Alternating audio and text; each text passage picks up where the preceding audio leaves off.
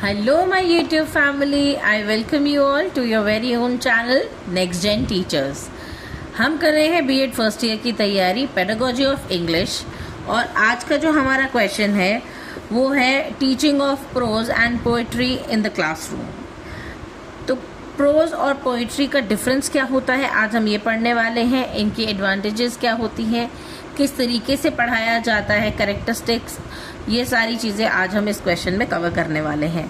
ये बेसिकली मैंने आपको पहले शॉर्ट आंसर्स में करवा रखा है, लेकिन ये 16 मार्क्स के एक प्रॉपर आंसर के लिए आपका डिटेल्ड वीडियो होगा।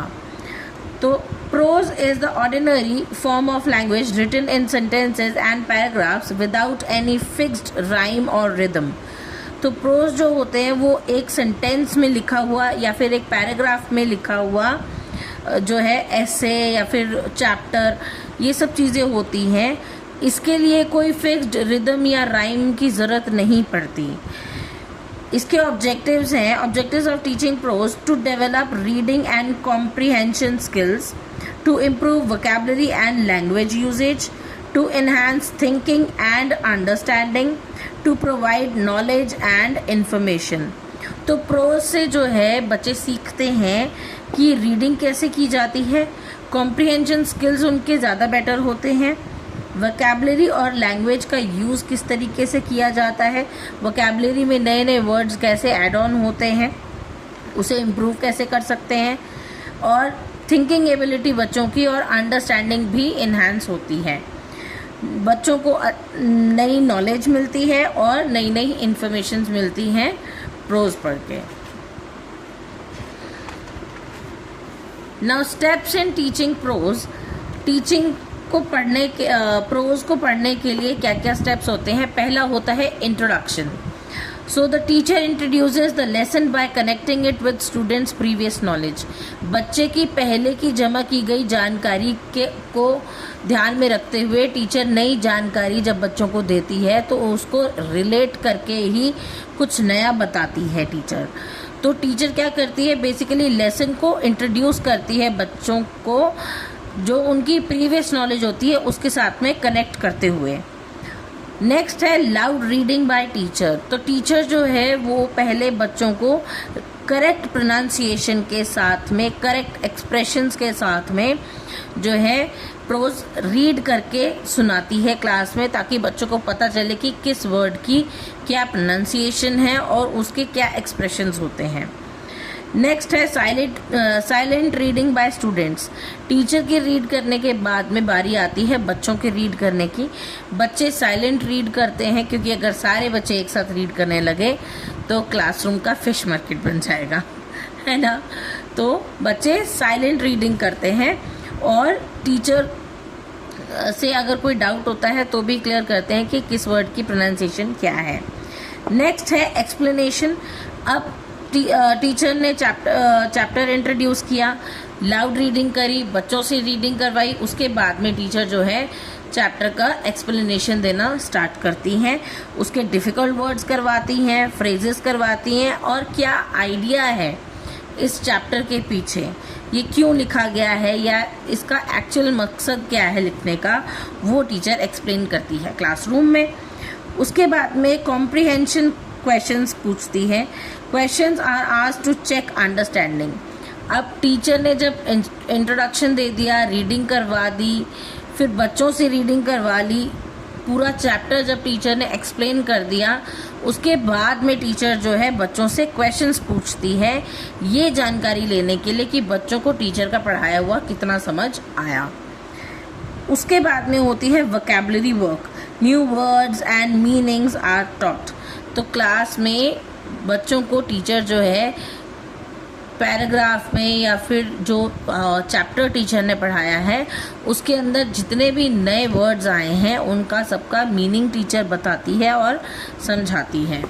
उसके बाद में होता है रिकैप्चुलाइजेशन। रिकैप्चुलाइजेशन का मतलब होता है रिवीजन। एक तरीके से इम्पॉर्टेंट पॉइंट्स जो होते हैं उनको रिवाइज किया जाता है।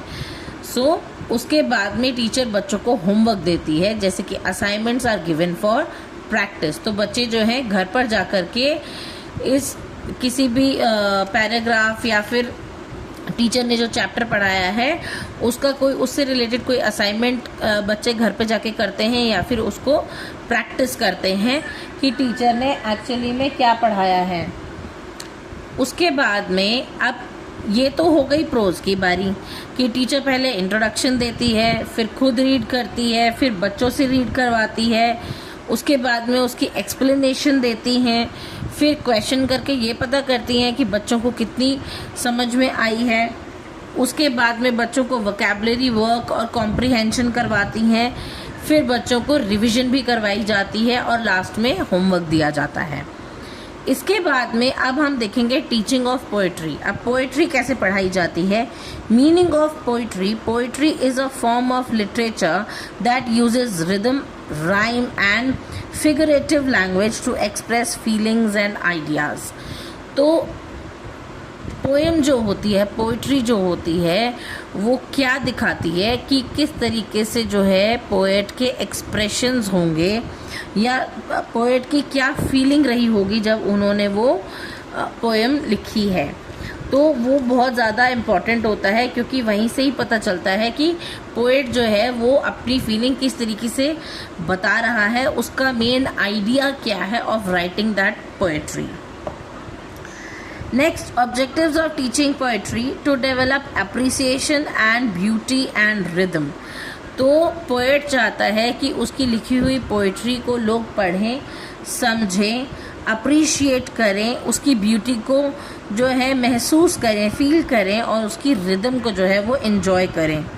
To improve pronunciation and expressions. अब बच्चों की जो है प्रोनाउंसिएशन को इम्प्रूव करना और एक्सप्रेशंस को इम्प्रूव करना भी पोएट सोचता है कि मेरी पोएट्री से ही हो।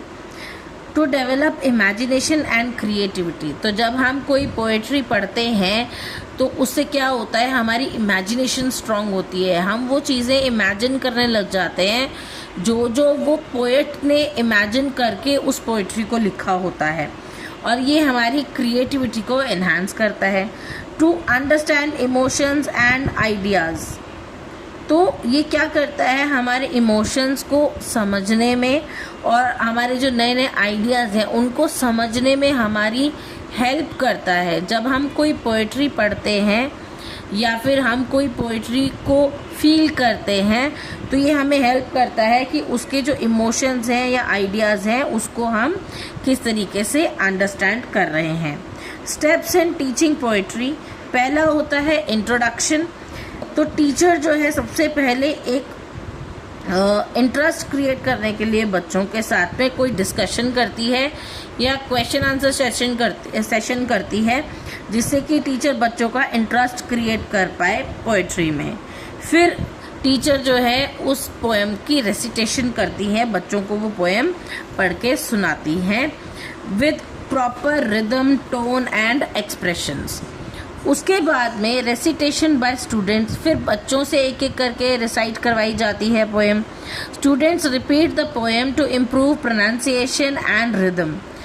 नेक्स्ट है एक्सप्लेनेशन। अब क्या हो गया, इंट्रोडक्शन हो गया, टीचर ने इंट्रोडक्शन दे दिया, खुद रिसाइट कर ली पोएम, फिर बच्चों से रिसाइट करवा ली। उसके बाद में टीचर जो है पोएम को एक्सप्लेन करती है कि इसके अंदर पोएट जो है वो क्या कहना चाहता है, इसके जो डिफ़िकल्ट वर्ड्स हैं या फिगर ऑफ स्पीच है वो किस तरीके की है, उसे किस तरीके से पढ़ना है।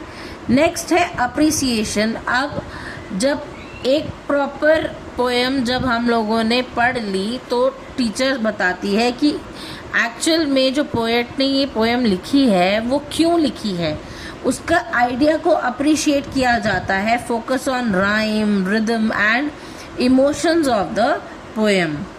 उसके बाद कॉम्प्रिहेंशन क्वेश्चंस होते हैं। अगेन टीचर जो है बच्चों की अंडरस्टैंडिंग चेक करती है कि बच्चों को जो मैंने पढ़ाया है इस पोएम में क्या वो बच्चे सीखे हैं और कितना सीखे हैं। उसके बाद में अगेन रिकैप्चुलाइजेशन होती है जो कि रिवाइज करवाती है इम्पॉर्टेंट आइडियाज जो हैं उनको। और लास्ट में जो है बच्चों को होमवर्क दिया जाता है। स्टूडेंट्स में बी आस्क्ड टू मेमोराइज और राइट अबाउट द पोएम। तो टीचर के द्वारा बच्चों को या तो पोएम लिखने के लिए दी जाती है या फिर पोएम याद करने के लिए दी जाती है as a homework. Now difference in teaching prose and poetry क्या होता है? जो प्रोज होते हैं they focuses on understanding and information. तो प्रोज में बच्चों की अंडरस्टैंडिंग और इंफॉर्मेशन बच्चों को दी जाती है, और पोइट्री जो है वो फोकस करती है on feelings, rhythm and appreciation. तो फीलिंग्स, किस तरीके की फीलिंग्स हैं, किस तरीके की रिदम है, और किस तरीके की जो है अप्रिसिएशन हो रही है उस पोएट के लिए, उस पर पोएट्री जो है फोकस करती है। कंक्लूजन है, in conclusion both prose and poetry are essential for language learning. अब प्रोज और पोएट्री दोनों चीज़ें लैंग्वेज लर्निंग के लिए बहुत ज़्यादा इम्पॉर्टेंट हैं। While prose develop comprehension and knowledge, poetry enhances imagination and aesthetic sense. तो प्रोज क्या करते हैं, वो डेवलप करते हैं कॉम्प्रिहेंशन और नॉलेज को, और पोइट्री जो है वो बच्चों की इमेजिनेशन और एस्थेटिक सेंस को इन्हांस करती है। Effective teaching of both help in the overall development of students. तो दोनों चीज़ों की टीचिंग जो है बच्चों को हेल्प करती है उनकी ओवरऑल डेवलपमेंट में। तो ये था आपका आज का टॉपिक। आई होप आपको समझ आया होगा। अगर आपको मेरी वीडियोस अच्छी लगती हैं तो please do like, share it with your friends. अच्छे अच्छे कमेंट्स करके मुझे मोटिवेट करना ना भूलें, और आने वाले इम्पॉर्टेंट क्वेश्चन की वीडियोस के लिए मेरा चैनल सब्सक्राइब ज़रूर कर लें। मिलते हैं अगली वीडियो में, तब तक के लिए थैंक यू।